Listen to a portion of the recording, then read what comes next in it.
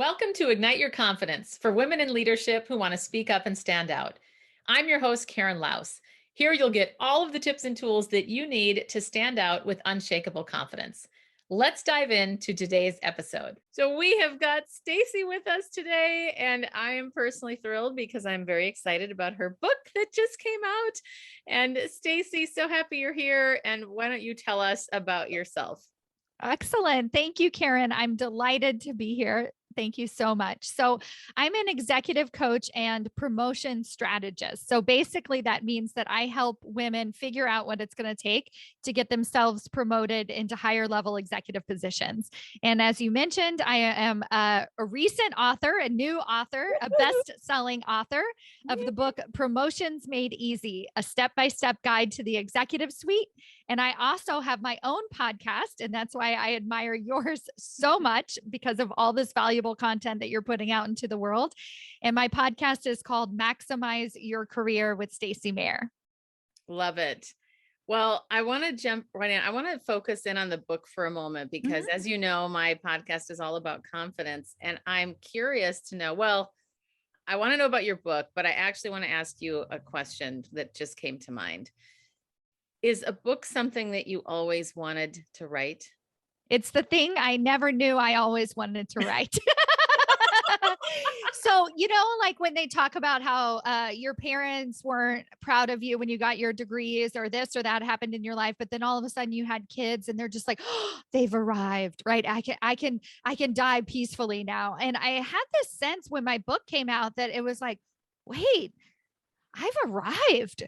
I can die peacefully now. Like it was like sort of this weird milestone that I actually didn't really know that I had. And I think it's always been kind of in the back of my mind and sort of like something that I wanted to do. But I didn't know how powerful it would really be and how important it would feel. And speaking of confidence, how confident I would feel just as a result of having accomplished this big thing, like climbing Mount Everest, right? It's like you did something really, really big and very powerful. And so it's something that you did for yourself, and that I did for myself, but also for everybody else. And I think that's where it sort of balances out because if I'm climbing Mount Everest, it might really just be for me, right? This thing that I can accomplish. But then I realized by writing this book, now my work, now I have a legacy. Now other people are going to benefit from my work in countries in situations that I have no control over. And that's an amazingly powerful thing. Oh my gosh. Yes, it very much is. And I love your analogy. That's just awesome. That's great. Yeah, I had no idea, but I felt pretty darn good. I still do. Well, It's only good. been a couple of months. It's a new baby. Yeah. Well, it's a lot of work to get there. Yeah. Well, tell us about from your past. I'm really curious to know how, if you always felt as confident as you come across now. Well, I was a performer, so I have to admit that I had a lot of training in appearing confident. So I went to a performing arts high school. I studied theater in college. I did improv comedy for 20 years in Second City in Chicago, New York. I have my own theater company. And so I did a lot of work to look comfortable on stage, right? The outside in confidence approach, which is like there are skills, there are training, you can figure out how to speak, you can take Toastmasters, you can work with Karen Laus, Right? like all of these amazing things that you can do in your life to appear confident. And it wasn't until more recently that I actually became confident. So I realized that I was very comfortable being somebody else on stage, like performing, being a character, not talking about myself. And once I started to do my own business, I had to speak about myself. I had to quote unquote inspire. And I think that's when all the little voices, the silent voices got louder and started being like, well, does anybody really care about this? And does it matter? And why are you doing it? And you're not good enough. And who are you? And it's like, those were some pretty loud voices that I had to overcome. Right. Yes, Yeah. absolutely. So And how so did you that's do the it? inner work that I had to do in the second half. I love that how you talk. Yeah, that I'm sitting here still processing that because it's so true. We can look confident, but do we feel it? And Mhm. especially when I love the word just that you used, become confident, or when I Mhm. became confident. And would you say that there was and if there was, I'd love to hear it, a defining moment Sure. So when you, there was actually something that really comes to mind because with the book coming out, I decided to double down on speaking gigs, podcast interviews, just anything that's out in front of people. And, traditionally I would sort of think, oh, I'd be really good at that. That's like really easy for me. I can speak in front of people. I don't have a problem doing that. And so I was able to be bold and put myself out there and ask for opportunities. I didn't have any trouble asking. Also, that's what I work with my clients every day. So I was like, yes, just ask. You'll never get it if you don't ask, right? yes, So I did this one presentation, and it was for a big conference. It was a virtual presentation. It was in 2021. So, I gave this talk, and I think the talk went well. And I didn't receive any applause. And I was like, oh, And then I was talking about the inner voices and kind of what happened. And what I mean by that is a lot of times when you're doing something on stage, um, you're not going to get those huge pats on the back that you would get if you were doing a performance. So when I was used to doing theater, everybody would stand up, they would clap. Oh, wow, you're amazing. Oh my God, that was so good. You just changed my life. Like, but for the most part, what we're doing on the daily, besides our TED talk or like the really big talk that we want to give, is we're kind of just giving average talks on the daily, right? Like, and so this was an example of an average talk, right? It was going to reach more women through its recording than through the live event, oh, right? And so when I said I didn't receive any applause, it was kind of like people just left the room, right? Like it wasn't like they didn't like it. right. Um, but I felt terrible. And because I'm on to myself very quickly, like I'm like, Stacy, what's going on there? I was able to investigate it. And I used to hear that in order to feel confident, in order to do big things in the world, you had to not care what people thought, right? Like that's like a common thing that people say, don't care what people think and all of that stuff. And I thought it was on the negative, right? That was how I understood that comment to be. So let's say you give a talk and somebody says, you suck, and I was like, oh, I can't care what people think. And so that's what I expected to happen was that people would be very, rude and say mean things to me. And that would be the thing I had to get over. And so I was like, okay, I'll be ready for that when the time comes. And if people push back, I'm going to be ready to say whatever. And I felt like I could maybe handle that. But the part where I think, and this is why I'm sharing this as a turning point, is I realized in that moment when I gave that talk, I was caring what people thought and not in the negative, in the positive. And Mm, I needed to give that talk and get all of the applause, get all of the pats on the back, be told that I was amazing, be mm. reinforced that what I did was so meaningful and so powerful. And that moment was a huge turning point for me because I had the decision to make to do this without applause, to continue this work without caring what people thought in the positive, right? Like I was like, "Oh, what if I gave 20 more talks and I didn't get direct feedback that I was amazing, right? What Mm. if I wrote a book and somebody in Africa read it but didn't shoot me the email that said I was amazing, but yet I changed her life. Yeah. Right. Like, and so I had to trust that the work was enough, that it was going to be impactful enough, even if I didn't get the DMs or the direct accolades afterwards. And then it was more important for me to just keep going, to keep doing the work and to trust that it was making an impact. And I couldn't control that. Wow. That's so powerful. Yeah, is a huge, huge. And then Yes. I was just like, and then I've just been like, yeah, because otherwise you're second guessing. You're like, should I do Right. this talk? Is this the Right. talk that I need to be doing? Is this the interview? And it's like, no, just follow, what's fun and what you want to be doing. And then it will have an impact that is just beyond your ability to manufacture it. Oh, that's so good. That makes me think about one of my first coaches who talked about doing as much as you can and whatever you want, well, not whatever you want to do, but basically you can only control what you're putting Yes. out in the world. And then you have to let it go and Mm-hmm. not try to control the outcome. And Yep. especially with so many of us, especially also with my work with women, we're often looking for that approval and that Mm-hmm. permission or whatever it might be. And I do think that it is such an incredible feeling of freedom Mm-hmm. when we can be able to release that need and where we're holding ourselves back because we're looking for that. And I absolutely love that. And I even think about a lot of times coaching people in presentation skills and a more formal thing where we've got somebody in the audience that's got that furrowed brow or the RBF, Uh-huh. the resting bee face. Mm-hmm. Yes. And we try so hard to get that one person to smile at us or to say we're great or whatever it is. And yet we forget about the, 10 plus other people that are actually really enjoying what we're saying. And that person is probably really enjoying what you're saying, right? Like that's the Exactly. irony. Yes. Because I think about that. Yeah. The amount of times that I've had people that I've thought, I'm never winning that person over at the break. Yeah. They're the ones that say, I love this. This is so great. Yes, exactly. We It- cannot worry about what other people think. And it really takes us out of our lane too. And when you think about the people that are most impactful to us, those are the ones who are doing their thing, driving the bus, right? Really out there being outspoken, not caring, quote unquote, what other people think on both sides.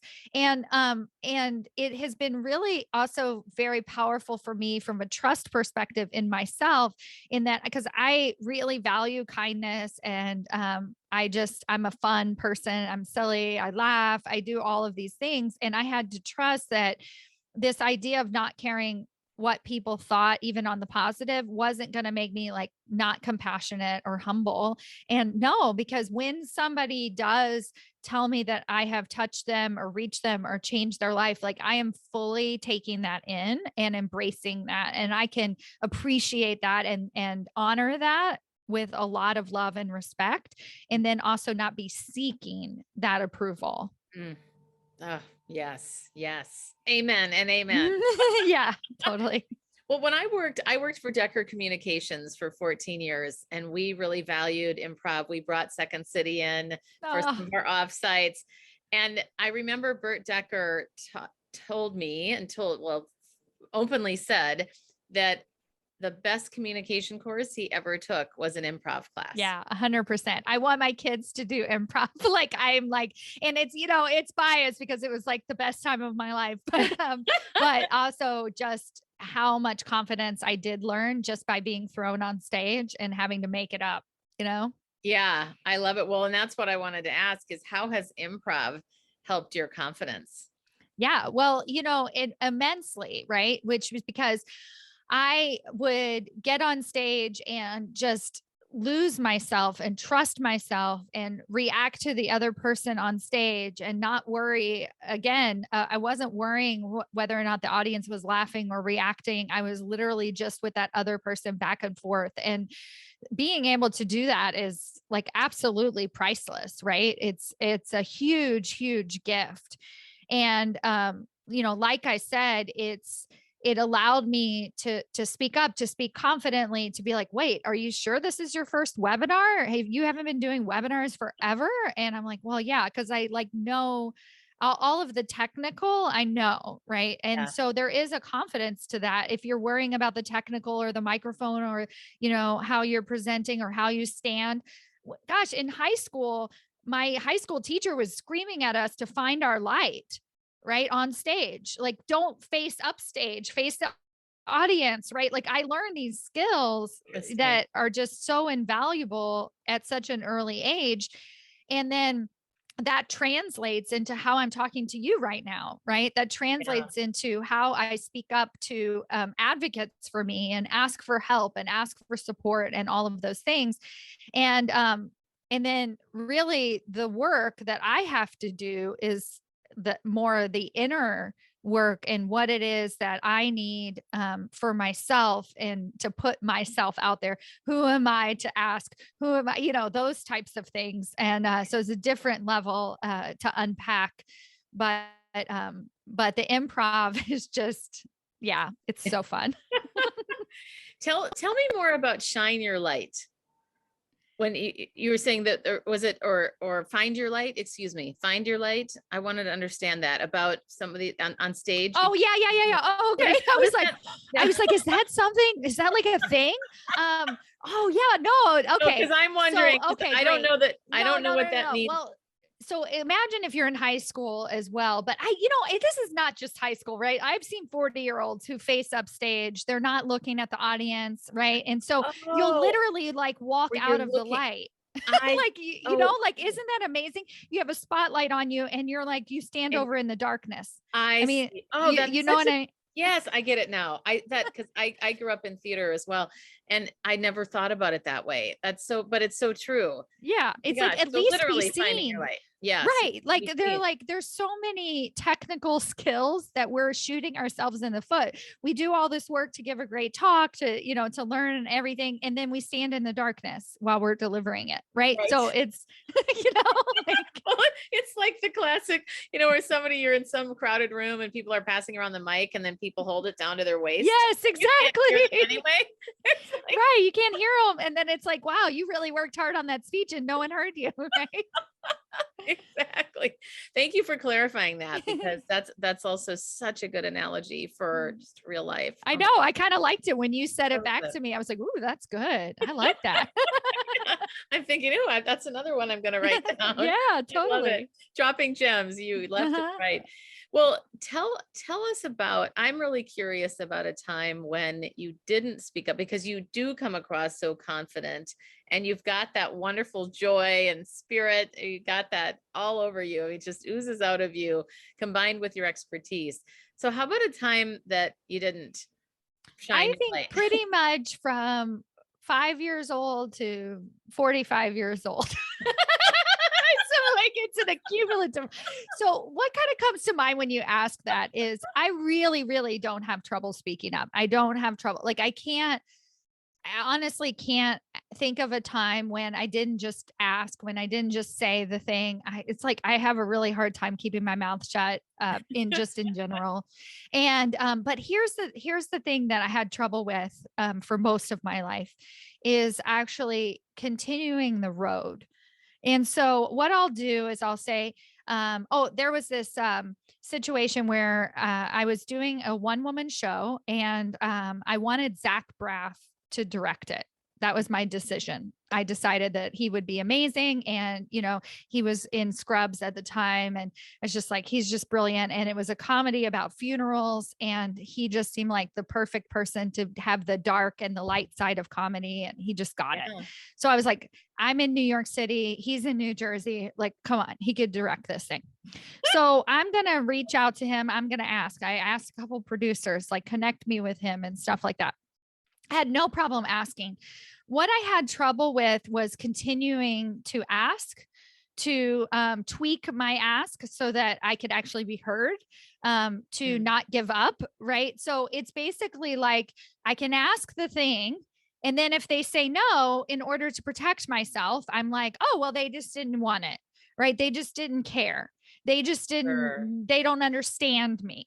Right. And so a lot of the work that I'm doing with corporate women is that they will go into their boss's office and they'll actually say, like, I would, like to get promoted this year to senior director. And then the boss will be like, well, I don't know, and they'll kind of check out at that point. And they'll do one of two things. They'll be like, okay, well, it's not going to happen. Or they'll say, I better look elsewhere. Right. And they give up a little bit too early when really it's about asking the next question and the next question and staying the road and being like figuring out who else can you talk to. And maybe it's not Zach Braff, but maybe there's like, he has a cousin that's really great that could do, and so instead I'm just like, I'll go for it. I'll just be like, yes, I'm going to do this thing. And then it doesn't happen and I'm just done. So here's a great example of full circle. So John Gray, the author of Men Are From Mars, Women Are From Venus, endorsed my book. And I got that through an ask. So I had the decision. I'm like, you know what? I'm going to ask. Like, That's if you don't ask, you won't get it. I yes. asked him. Of course, you get the gatekeepers and his assistant, and they said, no, he doesn't do that, the kind of thing. And I said, yeah, but, and I kind of rephrased the ask a little bit. And they were like, well, I don't know. I mean, literally, like, basically no again. And then I was like, you know what? Why don't we do this? And I gave like a third ask, and So great. I didn't give up. And Mhm. and then they basically wrote back, and the next email was like, John has decided that he will endorse your book. Like, I was like, what? Right? Like, oh my gosh. But it was the ask after the ask, and the not Yes. giving up, and then the willingness to ask a little bit differently, and to adjust as necessary. And then I really honestly knew that if he said no, that I had the next person in mind, right? Like, I was like, it was Yeah. about putting myself out there and going the course versus whether or not he said yes on that first reply. Oh, I'm soaking this up right now. I mean, I learned a valuable lesson because well, yeah, lesson based on a mistake that I made because my dad was teaching me how to negotiate at flea Mhm. markets when I was 6 years Oh, old. So I'm a little bit unusual from the female perspective because I have gone after my own promotions and I've written my own job descriptions and said, this is what I want to do now. yeah. One of my old bosses used to say, make it impossible for me to say no. Mhm. And I say this to give just a little bit of context and my dad taught me that too. If you don't ask, you won't get. And how can you figure out what's in it for them as well? So Mhm. when you ask, they have a motivation to say yes. And I remember when I was in a corporate position, I had been a senior manager for a long time, and it was a very flat organization. So the titles weren't really valued inside the Mhm. company, but obviously they're valuable to the individual. And I remember being asked to be on the senior leadership team. And I noticed that everybody else in there was a director or above. So I said, okay, so how is this going to affect me? I was very passive. I Mhm. said, hey, I noticed it. How does this affect my time? I mean, basically just sort of giving the power to someone Mhm. else. Full Mhm. disclosure, now that I can look back after having assessed this whole situation. And my boss said, oh, yeah, yeah, we have to figure that out. But of course I want you. That's why I asked. Da, da, da. Mhm. Well, then 6 months later, I was thinking, nothing's happened. Okay, so I talked to another leader at the company in the C-suite. Hey, so the one who did the role with the job descriptions and all that. So I said, so what about the title? And I remember there was sort of well, blah, blah. It was like not a direct answer. So then when I get to my review, I'm thinking, oh, I'm definitely going to have a new title, right? Oh, did you read my chapter in my book about performance reviews? Like, I see where this is headed. Too late. I didn't get your book in time. So yes. So then all of a sudden there I am at the review and she could tell I was disappointed and we had a really good relationship. And I said, well, I thought that I was going to get a title change. And she didn't even remember the original Mhm. conversation. And so I taught myself and told her too. I said, here's what I should have done. I should have Mhm. said, I want to be a Mhm. director. What's getting Right. in my way? And I want to do it by this date. And then that's the whole other conversation that we had after the Mhm. fact, but it was after the fact. And then it Mhm. turns out that there were a couple of things that she saw that were in my way from that. And Mhm. I remember thinking, geez, I Mhm. wasted over 8 months just being passive. Right, That's, exactly. that isn't normally who I am. So that was a tough thing. But Yeah, well, I mean, a great example is that you could say to yourself that you asked. And that's why I think with my clients, that's what happens, that initial ask, right? You asked, right? You said, Mhm, what's going to happen with my title? So you could say, yeah, well, I asked. And so then you're like, well, they heard me, right? And so I think that's what I mean about staying the course, mhm, and really, like and being curious. So it's not staying the course, like, so how's that title coming? How's that title coming? Right. But right, it's like, right, being curious. Like, do you think it will happen before the performance review? Like, that's a legit question you could ask. right, Right. And so right. being willing to, and really that skill requires an enormous amount of humility, right? To be able to be that humble, just to Yes. ask again, to show up again, and to say, this matters to me actually. And it's a very powerful, it also reminds me of, um, how confidence, I believe, is really built through action. Yeah, Right. And so taking absolutely. action creates the confidence. So my program is called Executive Ahead of Time. Mhm. And we've heard about the glass cliff for a lot of corporate women who get promoted, and then aren't really given the support to then speak up, to then be a part of the executive team. And so then they fall off the cliff. And Yeah. so I think the act of communication, the act of asking, the act of is actually creates the confidence that allows you to succeed once you actually get there. Yes. Right. So I think Yeah. that's And really, really important. I totally agree. And the idea of acting as if, and Hmm. it's just that has worked so many wonders for me in my life of, oh wow, so that then when you actually get there, you go, I've been here before. Yes, My exactly. It's subconscious so mind already amazing. knows here. Yeah, yeah, yeah. It's amazing how that works so Hmm. beautifully. Hmm. Well, gosh, there's so many other things I want to ask you, and I we have a few more minutes here, so I'm gonna, if you don't mind Yeah, indulging. please. Let's keep So going. tell me what is has been the best. No, let's do this.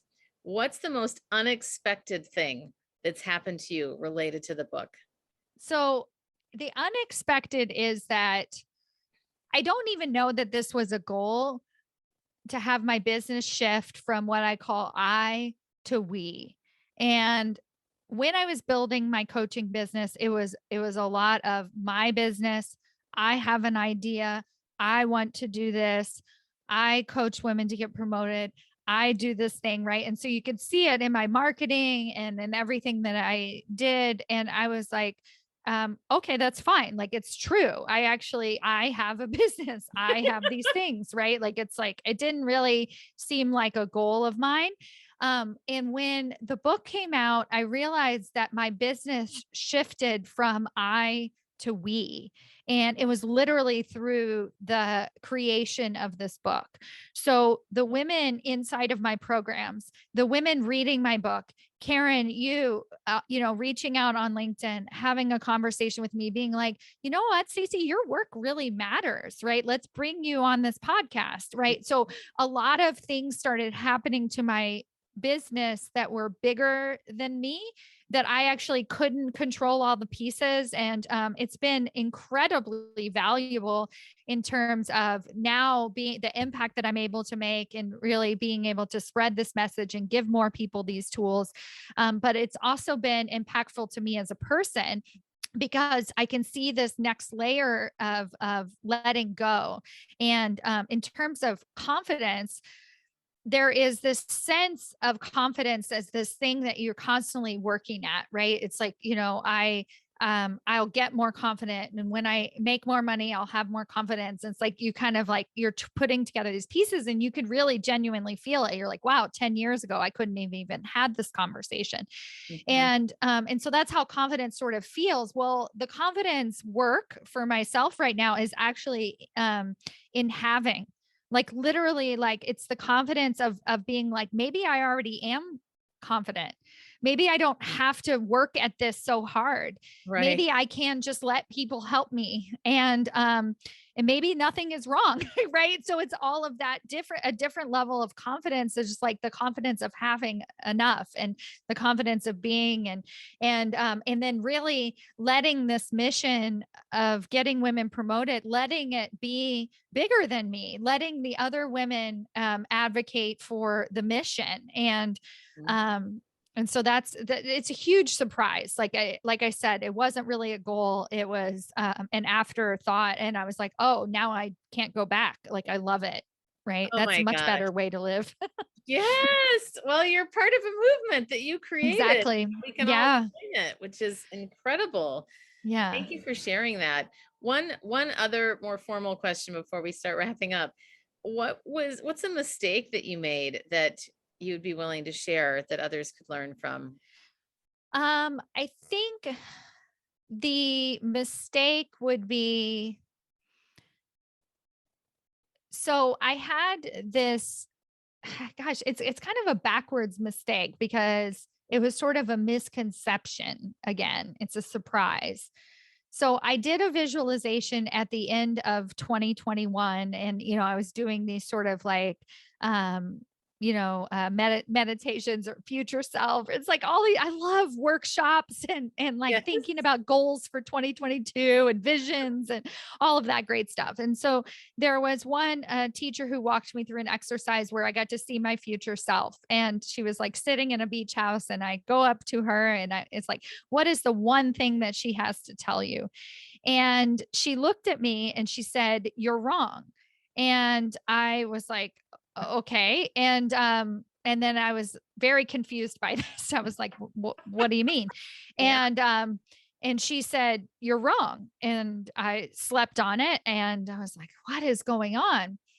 And it comes back to kind of what I just shared with you, is that I really felt like what she was saying is that I had done enough, that it was working. Mm. And I felt like at that time, because my book came out November 30th and December, that I was working really, really hard. And I was like, I have to post more. I have to tell more people about this book, and they need to buy this book. And I need to do more interviews, and I need to spread this word, and it's not enough. It's not enough. And, Mhm. how I really took that comment of being wrong is that it was enough, and that I had done the work, and Oh. that now it was time to let the work do work for me.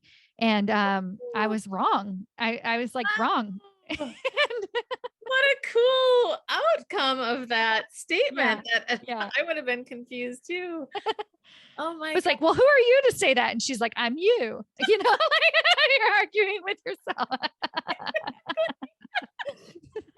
Well, that makes me think about my word of the year is unfolding, Mm-hmm. because I've spent so much time after I left my corporate job in July of 2020. And so it's been a hustle. Just Mm-hmm. okay, yeah, like you said, like I got to do more of this or da, da, da. It just feels like you're constantly hustling. Yeah. And then it's just such a cool feeling when you start just surrendering to like trusting yourself that the work has been done, and that's just anyway, Mm-hmm. I can relate to it. That's beautiful. It's huge. Well, Stacy, is there anything that I haven't asked that you would like me to ask? Well, so I want people who are listening to this to really understand that when we are hitting these roadblocks, like let's just say the promotions, and why I titled the book Promotions Made Easy is because I really do see this process as easy, right? It is actually, to me, there is a formula, there Mhm. is a step by step process, there is a repeatable process, and it works. And when you're thinking about presentation skills, putting yourself out there, really, like this should be working. I think the tendency is to look at ourselves as the problem. Maybe I wasn't cut out to be an executive. Maybe I wasn't cut out to be a thought leader. Maybe I wasn't cut out to be on a TED stage because I just really can't figure it out.